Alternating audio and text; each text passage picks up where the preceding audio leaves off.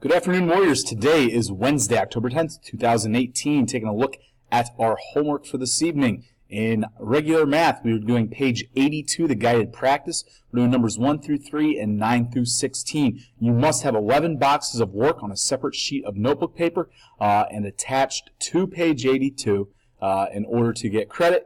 Also, make sure we're checking Google Classroom. Read the directions that are on there and follow them. You'd be foolish not to. In honors math, same thing with the Google Classroom. Read the directions.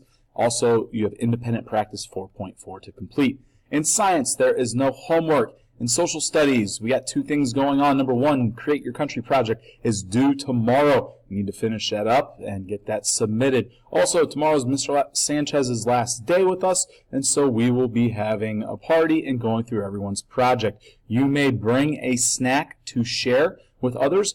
We do remind you to stay away from certain allergies, so if we can avoid things like peanuts, peanut butter type products.